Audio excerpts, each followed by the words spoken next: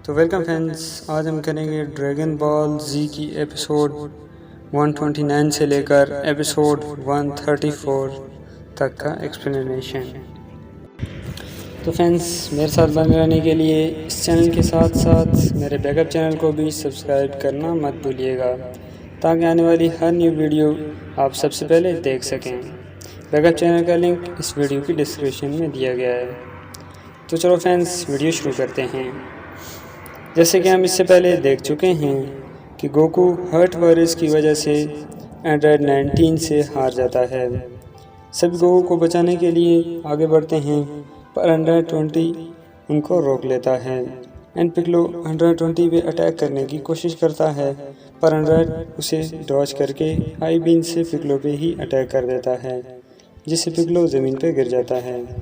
अब आगे एपिसोड के शुरू में हमें एक सीन दिखाया जाता है जिसमें एंड्रॉयड अभी भी लगातार गोकू की शक्ति सोख रहा होता है कि अचानक वेजिटा एंड्रॉयड 19 के फेस पर एक जोरदार किक करता है, जिससे एंड्रॉयड 19 दूर जाकर ज़मीन पे गिर जाता है।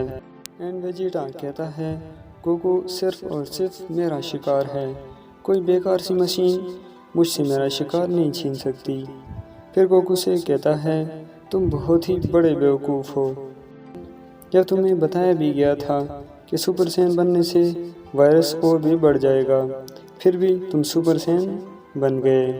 और फिक्र मत करो काकारोट, एंड्रॉयड को ख़त्म करने के बाद मैं तुम्हें भी ख़त्म कर दूंगा।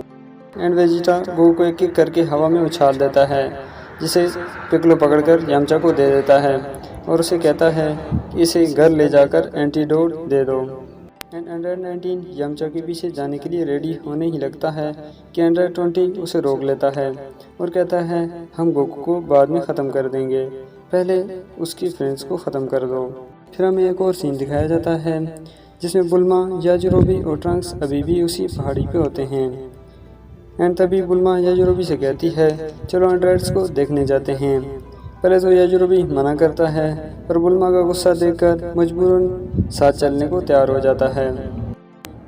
फिर दोबारा हमें एंड्रॉयड वाला सीन दिखाया जाता है जिसमें एंड्रॉयड 19 वेजिटा से कहता है तुम्हारी भी सारी कमज़ोरियां मेरे अंदर प्रोग्राम्ड हैं, इसलिए तुम भी मुझे नहीं हरा सकते।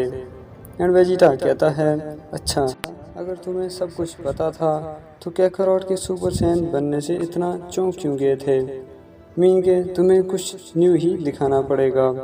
और वेजिटा अपनी पावर अप करने लगता है, जिसे देखकर सभी चौंक जाते हैं क्योंकि वेजिटा के बाल और आंखों का कलर चेंज होने लगता है।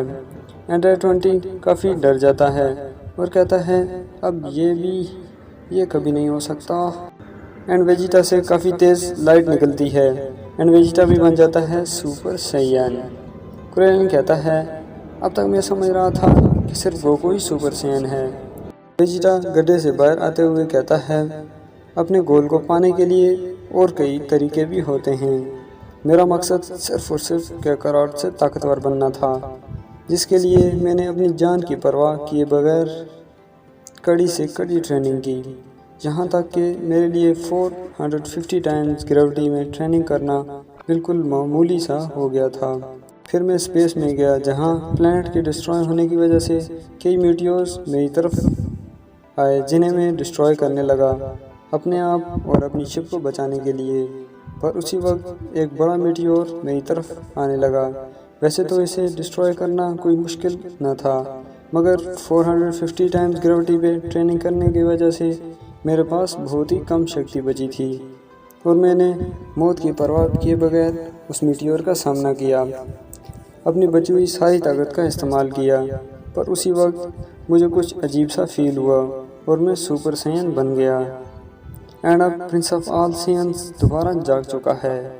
वेजिटा की सुपर सैयन स्टोरी सुनकर बूढ़ा वाला एंड्रॉयड कहता है तुमने बेकार में ही इतनी मेहनत की, तुम्हारी ये न्यू शक्ति एंड्रॉयड्स के लिए कुछ नहीं है। एंड उसी वक्त मोटा एंड्रॉयड वेजिटा पे आई बीन से अटैक कर देता है, जो कि डायरेक्ट जाकर वेजिटा को हिट होती हैं, पर वेजिटा को एक हराश भी नहीं आती, जिसे देखकर मोटा वाला एंड्रॉयड दोबारा वेजिटा पे पंचेस की बारिश कर देता है।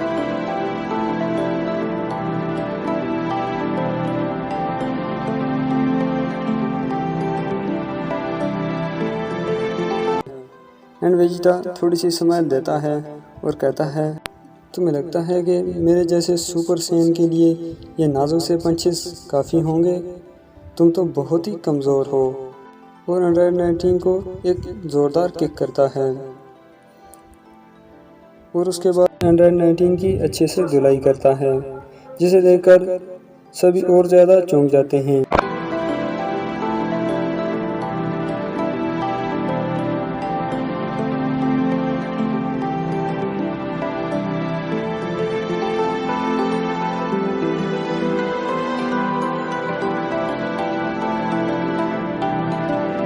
एंड्रॉयड मौके का फ़ायदा उठाकर वेजिटा को पकड़ लेता है ताकि वेजिटा की शक्ति सोख सके, मगर वेजिटा मोटे एंड्रॉयड के दोनों हाथ ही अलग कर देता है। एंड्रॉयड के पास भागने के अलावा कोई और चारा नहीं बचता, पर वेजिटा उस बेचारे को भागने भी नहीं देता और एक ही ब्लास्ट से उसे ख़त्म कर देता है।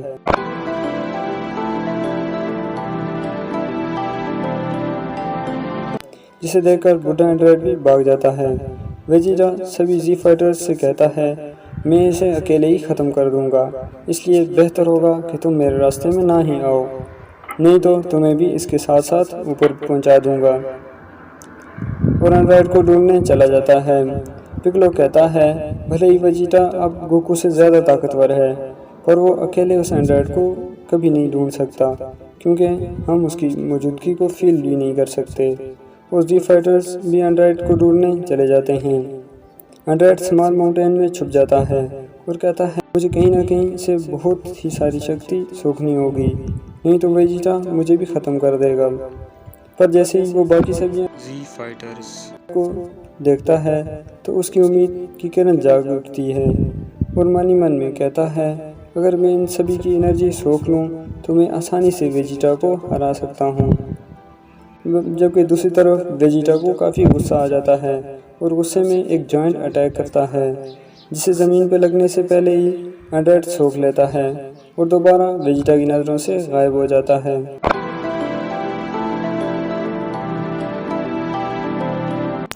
एंड उसके बाद एंड्रॉयड पिक्लो को पीछे से पकड़ लेता है और उसकी एनर्जी सोखने लगता है और पिक्लो कोशिश के बावजूद भी एंड्रॉयड से आज़ाद नहीं हो पाता। पर उसी वक्त गोहान पिक्लो की कम होती हुई एनर्जी महसूस कर लेता है और आकर बूढ़े एंड्रॉयड को एक ज़ोरदार हिट करता है और सभी जी फाइटर्स भी वहां आ जाते हैं।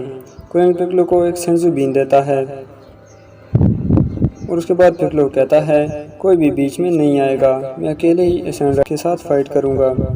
एंड्रॉयड भी खुश हो जाता है और मन ही मन में कहता है, यस, यही तो मैं चाहता था, इसे आसानी से हराकर इसकी शक्ति सोख लूँगा और फिर सबको ख़त्म कर दूँगा। पिक्लो और एंड्रॉयड की फाइट शुरू हो जाती है। फिर हमें एक और सीन दिखाया जाता है जिसमें फ्यूचर ट्रंक्स वापस आ जाता है और अमेनबो आइलैंड को देखकर कहता है, वो काफ़ी लेट हो गया, कहीं सब मारे तो नहीं गए। एंड रास्ते में वो एंड्रॉयड 19 का सर देखकर कहता है, ये वो एंड्रॉयड नहीं है जो मेरी टाइमलाइन में थे, और वेजिटा की शक्ति फील करके बैटल की तरफ चल देता है। दूसरी तरफ चीची गोकू को एंटीडोट देती है, पर गोकू अभी बेहोश होता है। फिर हमें दोबारा फाइट दिखाई जाती है जिसमें अब भी पिक्लो एंड्रॉयड की धुलाई कर रहा होता है।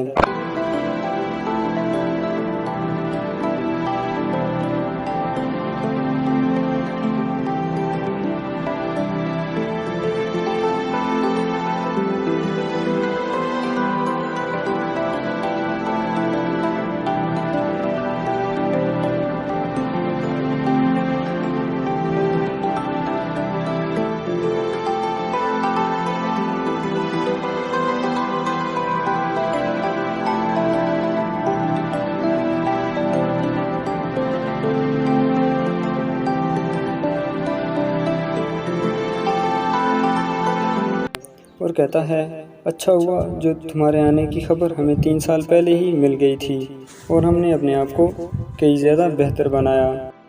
एंड उसी वक्त फ्यूचर ट्रंक्स आकर बताता है कि ये वाला भी वो एंड्रॉयड नहीं है जो मेरी टाइमलाइन में था। तो सब पिक्लो कहता है, ट्रंक्स तुम ये क्या कह रहे हो? वेजिटा ट्रंक्स का नाम सुनकर सोचने लगता है कि ये तो मेरे बेटे का नाम है और ये फ्यूचर से आया है, कहीं ये मेरा बेटा ही तो नहीं। एंड्रॉयड ट्रंक्स को भी देखकर काफ़ी परेशान हो जाता है, पर उसी वक्त बुल्मा का एयरप्लेन आ जाता है, जिसे देखकर एंड्रॉयड कहता है, देखते हैं तुम एंड्रॉयड 17 और 18 से कैसे मुकाबला कर पाओगे। मैं उन्हें एक्टिवेट करने वाला हूँ, जो 19 से 100 गुना ज़्यादा ताकतवर हैं, और बुल्मा के प्लेन पे अटैक कर देता है, जिससे काफ़ी ज़्यादा स्मोक हो जाता है, और उसी दौरान एंड्रॉयड वहाँ से भाग जाता है। फ्यूचर ट्रंक्स बेबी ट्रंक्स और बुल्मा को बचा लेता है, और वेजिटा पे काफ़ी गुस्सा हो जाता है, और वेजिटा से पूछता है कि उसने अपनी वाइफ और बच्चे को क्यों नहीं बचाया। वेजिटा कहता है, मेरे पास और भी बहुत ज़रूरी काम है, और इसी की वजह से ही वो एंड्रॉयड भी भाग गया, इसे यहाँ नहीं आना चाहिए था। एंड बुल्मा सबको बताती है कि उसने डॉक्टर ब्रीफ यानी उसके फादर की एक साइंस मैगजीन में डॉक्टर जेरो को देखा था। ये डॉक्टर जेरो ही था, और उसका लैब साउथ में एक जजीरे पर है। पिक्लो कहता है, तब तो हमें जल्द से जल्द उस लैब को ढूंढकर एंड्रॉयड्स को जागने से पहले ही ख़त्म करना होगा। ट्रंक्स बताता है कि एंड्रॉयड 17 और 18 बहुत ज़्यादा ताकतवर हैं। फ्यूचर में उन एंड्रॉयड्स ने सभी जी फाइटर्स को चुटकियों में हरा दिया था। एंड वेजिटा कहता है, मैं अकेले ही उन एंड्रॉयड्स को हराकर साबित कर दूंगा। मैं सैंड प्रिंस हूँ और मुझे कोई नहीं हरा सकता। जबकि ट्रंक्स उसे रोकने की कोशिश करता है, पर सब बेकार। वेजिटा की बात ना मानने पे ट्रंक्स काफ़ी गुस्सा हो जाता है और कहता है, मैं अपने डैड को दोबारा उन एंड्रॉयड्स के हाथों मरने नहीं दे सकता, और वेजिटा के पीछे चला जाता है। बुल्मा फ्यूचर ट्रंक्स को डैड कहते हुए सुनकर काफ़ी हैरान हो जाती है, तो पिक्लो एक्सप्लेन कर देता है कि फ्यूचर ट्रंक्स तुम्हारा ही बेटा है, जो अभी तुम्हारे हाथों में है। जिसे देखकर बुल्मा कहती है, ओह शुक्र है, मैं तो सोच रही थी तुम भी कहीं वेजिटा के जैसा ना देखो, और तुम तो काफ़ी ज़्यादा खूबसूरत हो। और पिक्लो गोहान से कहता है, तुम बुल्मा को घर ले जाओ, हम डॉक्टर जेरो के लैब को ढूंढकर उसे ख़त्म कर देंगे। जबकि दूसरी तरफ गोकू हार्ट पेन से चला रहा होता है, और चीची की कुछ ऐसी हालत होती है। फिर हमें एक सीन दिखाया जाता है जिसमें एंड्रॉयड काफ़ी तेज़ी से लैब की तरफ जा रहा होता है कि अचानक वो किसी के उस तरफ आने को फील करके छुप जाता है, और ये देखकर काफ़ी हैरान हो जाता है कि सभी उसके लैब की तरफ जा रहे होते हैं, और मन ही मन में कहता है, ये कैसे हो सकता है, मेरे लैब के बारे में तो सिर्फ कुछ ही साइंटिस्ट जानते हैं। फिर उसे याद आ जाता है कि वो जो गर्ल एयरप्लेन में थी वो तो डॉक्टर ब्रीफ की बेटी थी, और उसी ने ही सबको बताया होगा। अब तो मुझे जल्द से जल्द उनके लैब को ढूंढने से पहले ही लैब तक पहुंचना होगा। जबकि दूसरी तरफ वेजिटा ट्रंक से कहता है, तुम तो काफ़ी कमज़ोर हो, इसी वजह से ही तुम एंड्रॉयड से हार गए, और फुल स्पीड लगा देता है। ट्रंक्स ये सुनकर जोश में आ जाता है और सुपर सैयन बनकर वेजिटा से आगे निकलने के लिए रेस लगा देता है। एंड वेजिटा मन ही मन में कहता है, ये इतनी कम उम्र में सुपर सैयन कैसे बन गया। खैर, आखिर ये है तो मेरा ही बेटा। जबकि पिक्लो, टीएन और क्लेनेन अलग अलग होकर डॉक्टर जेरो के लैब को ढूंढने लगते हैं। क्लेनेन डॉक्टर जेरो को ढूंढ लेता है, मगर डॉक्टर जेरो से बुरी तरह हार जाता है। एंड इससे पहले कि डॉक्टर जेरो क्लेनेन को ख़त्म करे, उसे पिक्लो दिखाई देता है, जिसे देखकर डॉक्टर जेरो अपने लैब की तरफ बढ़ जाता है। एंड क्लेनेन भी उसके पीछे जाकर डॉक्टर जेरो के लैब को ढूंढ लेता है और सबको बुला लेता है।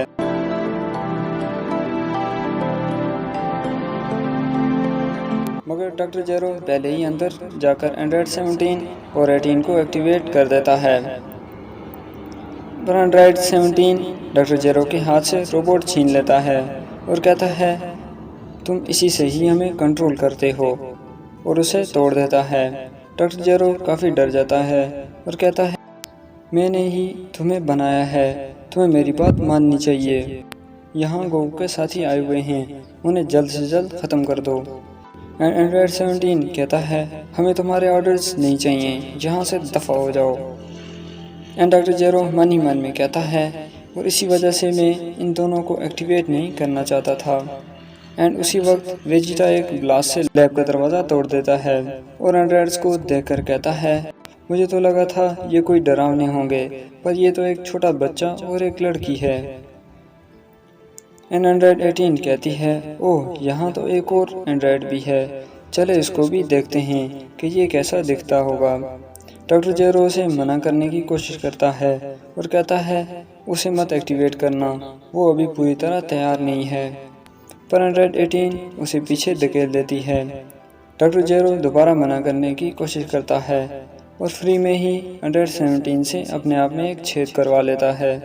फिर भी डॉक्टर जेरो खामोश नहीं होता तो एंड्रॉयड उसका सर अलग कर देता है और सर को भी कुचल देता है। ट्रंक्स कहता है अगर उन्होंने एंड्रॉयड 16 को भी एक्टिवेट कर दिया तो इस दुनिया में कोई जिंदा नहीं बचेगा, और साथ ही अपनी पूरी पावर के साथ उन पे अटैक कर देता है। पर उन एंड्रॉयड्स पे उस अटैक का कोई असर नहीं होता और वो एंड्रॉयड 16 को भी एक्टिवेट कर देते हैं। एंड्रॉयड 16 कहता है मैं सिर्फ गोकू को मारने के लिए ही प्रोग्राम किया गया हूँ, मेरा मिशन पूरा होने से पहले मैं बात नहीं कर सकता। एंड्रॉयड 17 कहता है तो ठीक है, चलो गोकू को ढूंढते हैं। वेजिटा को काफ़ी गुस्सा आ जाता है कि क्यों एंड्रॉयड उसे इग्नोर कर रहे हैं। वेजिटा उनके पीछे जाने की कोशिश करता है पर ट्रंक्स उसे रोक लेता है और कहता है जब तक गोकू भी ठीक नहीं हो जाता हम उनसे कभी नहीं जीत सकते। पर वेजिटा कहता है मैं गोकू से कई ज़्यादा ताकतवर हूँ, और ये कहते हुए ट्रंक्स के पेट में पंच करके चला जाता है। ट्रंक्स कहता है मैं उन्हें दोबारा मरते हुए नहीं देख सकता, और सभी वेजिटा के पीछे चले जाते हैं। फिर हमें एक और सीन दिखाया जाता है जिसमें वेजिटा एंड्रॉयड्स को ढूंढ लेता है और फाइट के लिए चुनौती देता है और कहता है मैं इस यूनिवर्स में सबसे ज़्यादा ताकतवर हूँ और इसलिए मेरे से डर के भाग रहे हो, हिम्मत है तो मेरे साथ मुकाबला करो। एंड्रॉयड 18 बड़े वाले एंड्रॉयड से कहती है दिखाओ 16 तुम क्या कर सकते हो। एंड्रॉयड 16 कहता है मैं सिर्फ गो के लिए ही प्रोग्राम्ड हूँ, इसलिए मैं इनकार करता हूँ, और एंड्रॉयड 18 ही वेजिटा का सामना करने के लिए आ जाती है। वेजिटा कहता है ये मत समझना कि तुम लेडी हो तो मैं कोई रहम दिखाऊंगा, और फाइट के लिए रेडी हो जाते हैं। गोहान अभी तक घर नहीं पहुंचा होता क्योंकि बुल्मा रास्ते में ही ट्रंक्स का डायपर चेंज करने के लिए रुक जाती है, जबकि दूसरी तरफ गोकू दर्द से चिल्ला रहा होता है और यामचा उसे एंटीडोट के चंद ड्रॉप देता है जिससे गोकू दोबारा आराम से सो जाता है। और इसी के साथ ही ड्रैगन बॉल जी की एपिसोड 134 ख़त्म होती है और हमारी वीडियो भी। मिलते हैं नेक्स्ट वीडियो में, तब तक के लिए टेक केयर, बाय।